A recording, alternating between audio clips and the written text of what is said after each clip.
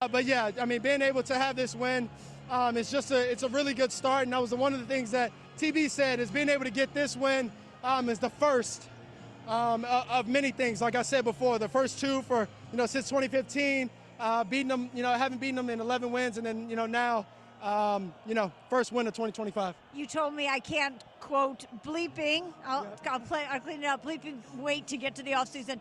The most important thing you already know you can't wait to do to get to year 2 is what? Just grow. Overall, just grow and be a better human for my teammates, be a better player for my teammates in Chicago, and I'm really excited about it. Go celebrate. I can't believe I've kept you this long. I know how much you want to do it. Congratulations on a terrific rookie season, Caleb. Thank you. Thank you. Go Bears.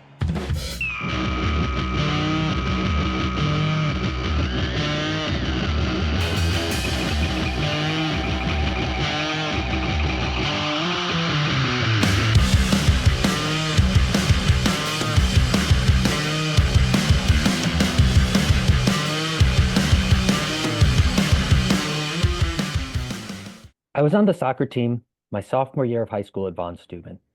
We got our asses busted the first game of the year, and that continued for almost the whole season until the last game against our neighborhood rivals, Northside Prep.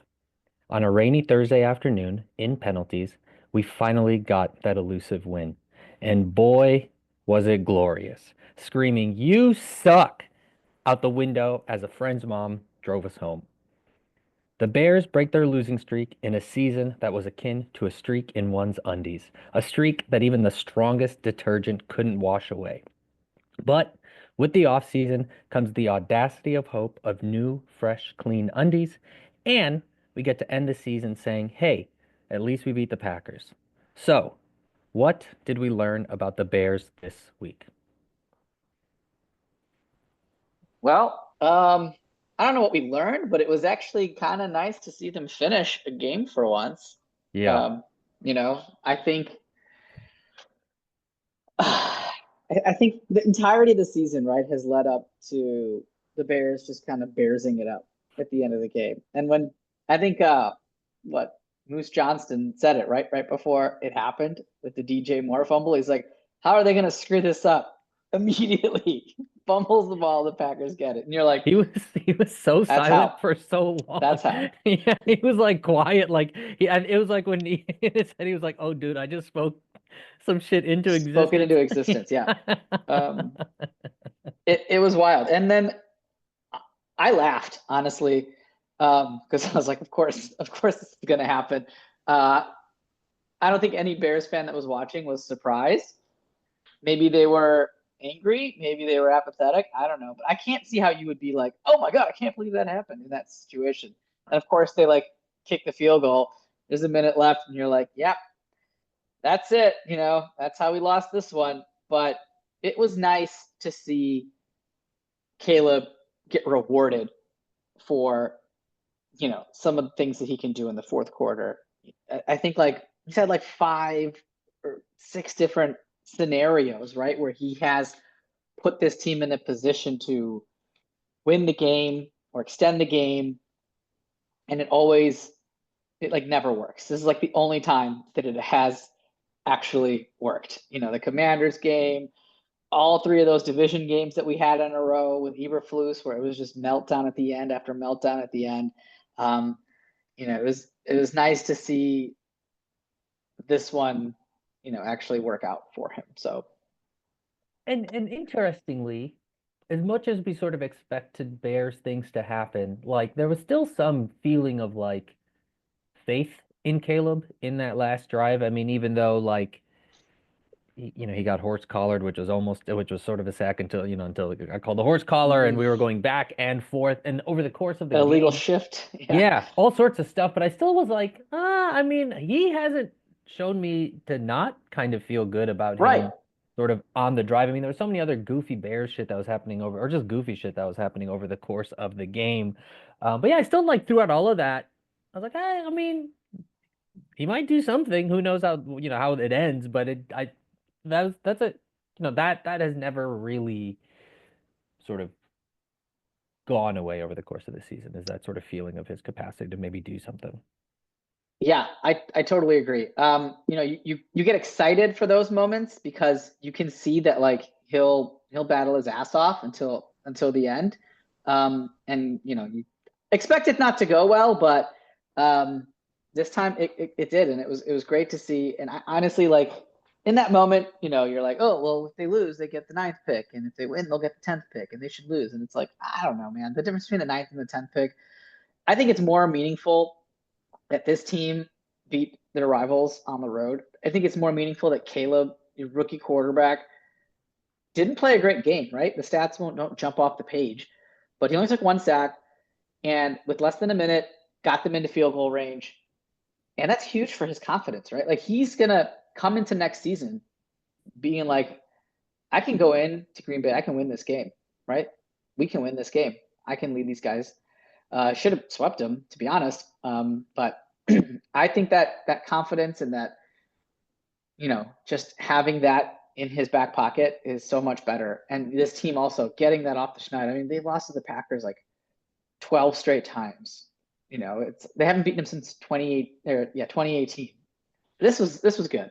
It felt good. I mean, would I feel differently if it was like the Titans, right? Like we had at the beginning of the season, if that was the finale and they came back to win, maybe it'd feel a little bit different. This one felt good. I felt good after this. Yeah, that is something I was asked before we started recording, and something I sort of at the beginning of the game, I was like, who even really cares, And there is, I still sit with, there is this part of me that's like, if you keep saying your goal is to beat the Packers, you're kind of sort of stressing that you can't really like do anything else. And it's like, we need to strive for something higher. And I do get it. And I very much understand. And there is this like really nice feeling, but there is a part of me that is like, but it doesn't, like there are more bigger goals. But at the same time, like you end your shit, you go into the next season, hopefully with the little cleaner, like because whenever you hear like they haven't won since like 2018, or like they came into last season losing and now they're still losing, like that shit is ridiculous. I mean, it's so many things, right? Their losing streak that they had, which was like 11 games, they were able to finally snap that. The Packers losing streak, they were able to snap that. Not having won, some ridiculous stat about not having won on the road on a Sunday. It's like, I don't know, very long time. They were able to snap that, right? I don't know. And I think the players, like, you could tell, like, Caleb was fired up on the sidelines. I think it was a nice way for them to go out. Yeah, maybe it cost you a drop spot, but, everybody's draft board is different, right? I mean, maybe the guy that you wanted at 9 will still be there at 10, right? It's not like they went from, like the Patriots went from like the 1st pick to the 4th pick or something with their win, right? It's 9 to 10. I think it's much more valuable to get that win. And that's what sports is about, man. Like, get excited about beating your rivals, like that's what you get jazzed up for. It's kind of not fun to continuously root for like draft picks that don't really pan out. They've had the number 1 pick 2 years in a row. Where is it? Like, I think I got 5 wins. I would never like, rooting for your team to lose always feels weird. Like, I don't think I would. Yeah, I don't think I would ever. I'd be like, then I might as well just not watch and be apathetic. But like, it is. It was a weird game. I was like texting my Packers friend throughout the game, and it was like they were doing terrible shit throughout the course of the game, and he was like, the one that feels bad for us. Yeah, the empathetic Packers fan. Weird kind of strange game where I kind of didn't care throughout most of it, but that last like 2 minutes. It was a little ugly. I mean, Thomas Brown also very bizarre play calling. He just loves the wide receiver bubble screens, and the Packers knew every single time when it was coming. And the one time they didn't like play it well, DJ scored a touchdown. So I think that just like vindicated it in Thomas Brown's mind. Like, we should keep doing this. But most of the time they do it on the 1st down, and then it's like 2nd and 12. And you're like, why are you? Once again, they're asking Rome Odunze to block a screen that Komet's going to receive the ball. Like, this is just backwards, And Odunze gets blown up, and it doesn't work, obviously. But that was weird. I thought for some reason he wanted to have what's his face pass the ball twice. Keenan Allen. Yeah. He drew up a pass play. It didn't work. You're like, okay, you got cute, whatever. And then that 2-point conversion, they decided to do it again. That didn't make any sense. And then the Packers committed a penalty on that, right? And so the Bears had a second chance. They were actually on the 1 yard line, and then Thomas Brown decides, I'm actually going to kick the extra point. That whole sequence, I didn't really understand. If you want to go for the 2-point conversion from the original line of scrimmage, why wouldn't you want to do it when you're closer? Yeah. I can understand if it was a penalty on the Bears, for whatever reason, like, they had to do it over again because it was a false start and the play never materialized. Then you kick it. That makes sense. But I don't understand that logic. There was so much goofy stuff over the course of that game. So goofy, yeah. Yeah, I mean, there was, yeah. It's like a boring, goofy game. Yes. Yeah. Yeah. Yeah, So, I mean, shout out that punt return too, That was cool. goofy. That was cool. The Bears actually tried to do that against the Packers back in 2011 with Yeah. Devin Hester and Johnny Knox, and then they got called for some phantom holding call on Corey Graham, and that brought it back. But it actually worked this time. I was watching that. I've watched that replay so many times. It feels like the Packers and the Bears planned that, like the punter for the Packers, because it's like, Yeah. it seemed like they were coordinated so well. Yeah, it was weird. I feel like there might be some collusion going on between us and the Packers punter, but who knows? So I read that, like, in the previous meeting, the Packers blocked the field goal, right, to win the game for them. And afterwards, they were saying, like, we saw weaknesses in their special teams, and like we knew we could take advantage of it. And I think Richard Hightower was like, hell no, like bulletin board material stuff. So he's like, I'm gonna do this against them here. And I think he like kind of took that a little bit to heart and like planned it out. But you're right, they had to have things line up perfectly, right, in terms of where the ball was. They had to sell it. Yeah. It was very well done. Yeah. Very well done. I mean, that I'm forgetting the name of the dude that returned it, but he was like not really even running that fast. He was like so open. He was basically got to like jog into the end zone. It was pretty cool. I was just looking for a flag the whole time. I was like, this has to be. There's no way this is happening. Okay, so now we're in the off season and all the like new coaching news and all that stuff. And so before we get into that, I just wanted to say, like, it is interesting because there's this like goofy Thomas Brown decisions. There's been stuff that's been happening over the course of the season, and you're kind of like, I don't really know if he's maybe head coach material. But then like Caleb gives him the game ball, and like they seem to really like him, and like there's all this yeah, and they won, and even in this game was made some weird, the 2-point not 2-point decision. But there's a lot of there's a lot of stuff happening, and sort of it's happening sort of in the moment. So talk to us a little bit about sort of, what all of that looks like. Yeah, so I think obviously they're excited to get a win. They've lost for like 2 straight months. It's hard. It takes a toll, I'm sure. And I think they were just happy for their coach, happy for the players in that locker room. Also knowing it's their last game of the season, it was like a weight was lifted off, right, before they can book their trips to Cancun. I think, you give it a couple months, a lot of that dies down, and I'm sure they'd be like, yeah, no, we definitely need a new coaching staff. But I think in that moment, they're just happy for TB. He seems like he's very well liked, in the locker room. And I think everybody knows he was kind of put in a shitty spot. He's like set up to fail. And that was, I think, by design. So I think they're just happy that they were able to get him a win. So I wouldn't read too much more into that. I still don't think he has really any shot to be the head coach next year. They'll interview him. They've lined up a ton of interviews already, and we can get into that here in a second. But I think they're just happy for him in the moment.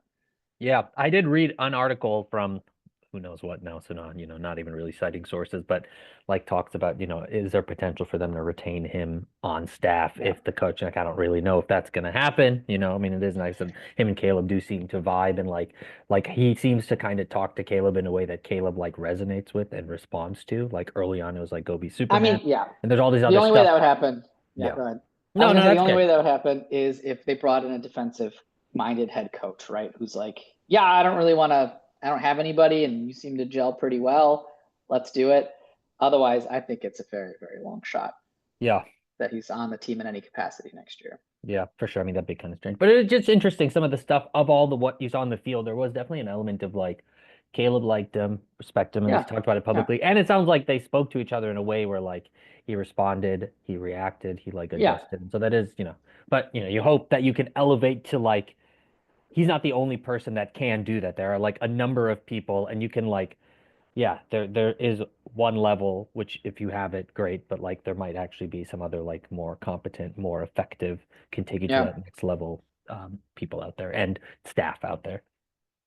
Yeah, they need to really hit this higher out of the park, you know. They can't settle um, you know, for like maybes and things like that. They really need to do their homework. And it sounds like, I mean, they are. They're interviewing people. I'm like, why are you interviewing this person? But hey, you need to, right?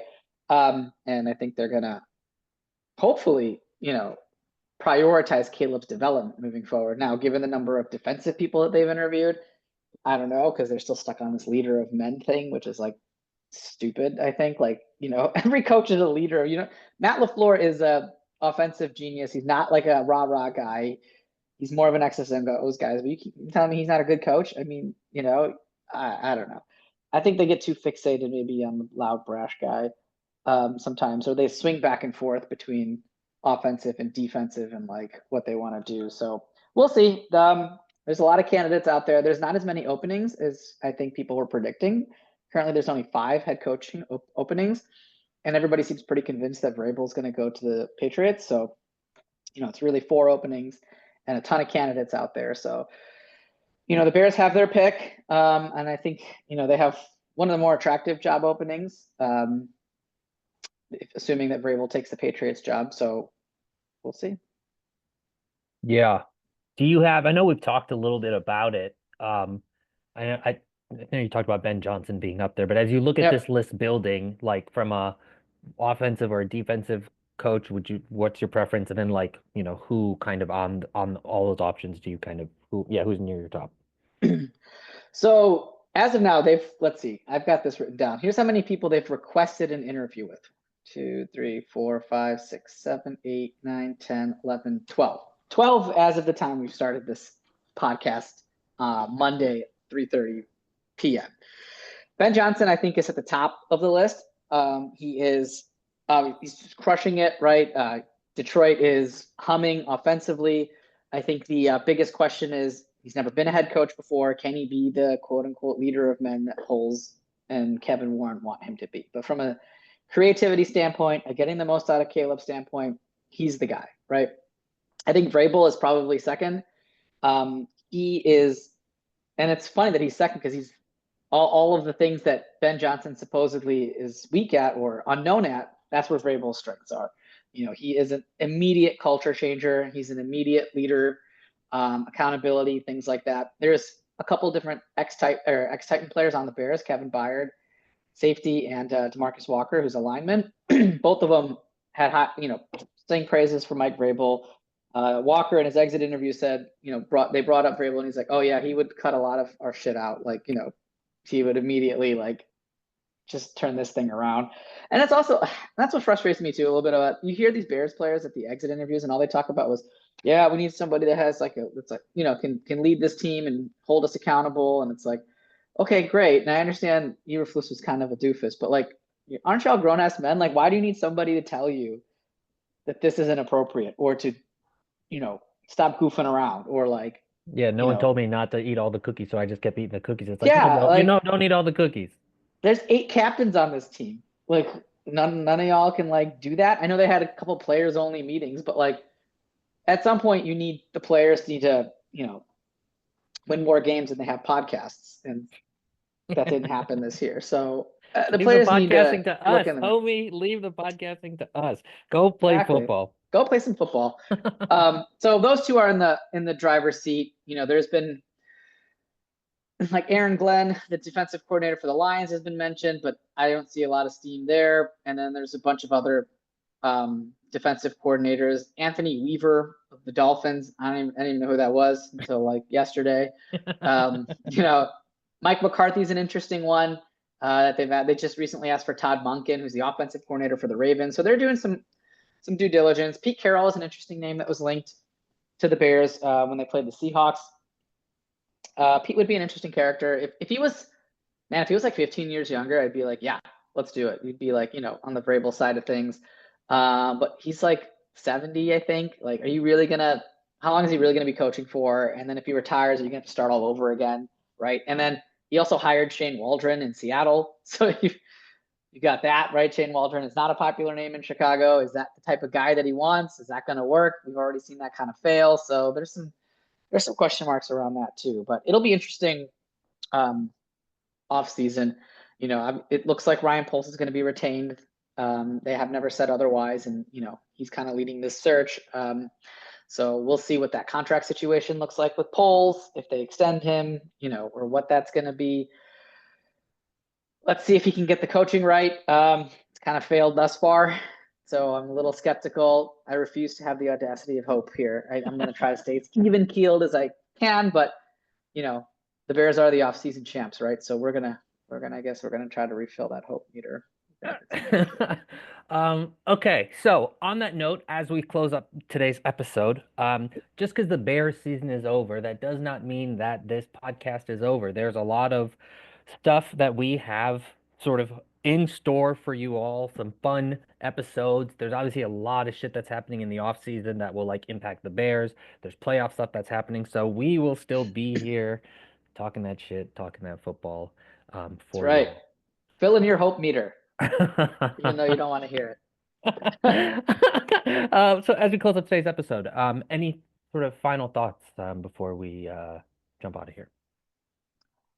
I put a couple articles out there. The one I put about the coaching search is already outdated. I put it out this morning, and since then the list has grown. So you can read that, but take it with a grain of salt. I did post an article on OnTap about Caleb's rookie season, which I thought, had some ups and downs. More ups, I would say, than downs. I mean, he's a rookie. He looked a little lost at times. That's to be expected. But the things he was able to do, the numbers wise and intangibles wise, I think people should feel pretty happy with the quarterback that they have. And in an off season with a lot of questions, I think there's one answer, right? I feel like he is an answer. And so that's something that this franchise hasn't had, confidently since, I don't know, the Cuddy days, maybe, who knows, where you can be like, yep, that's going to be our quarterback next year. Yeah. So yeah, that's pretty exciting. Hell yeah. Well, for Samir Patel, I'm Chirag Rathod. We are the Bears in the neighborhood, and welcome to the Bears offseason. Good night, Saskatchewan.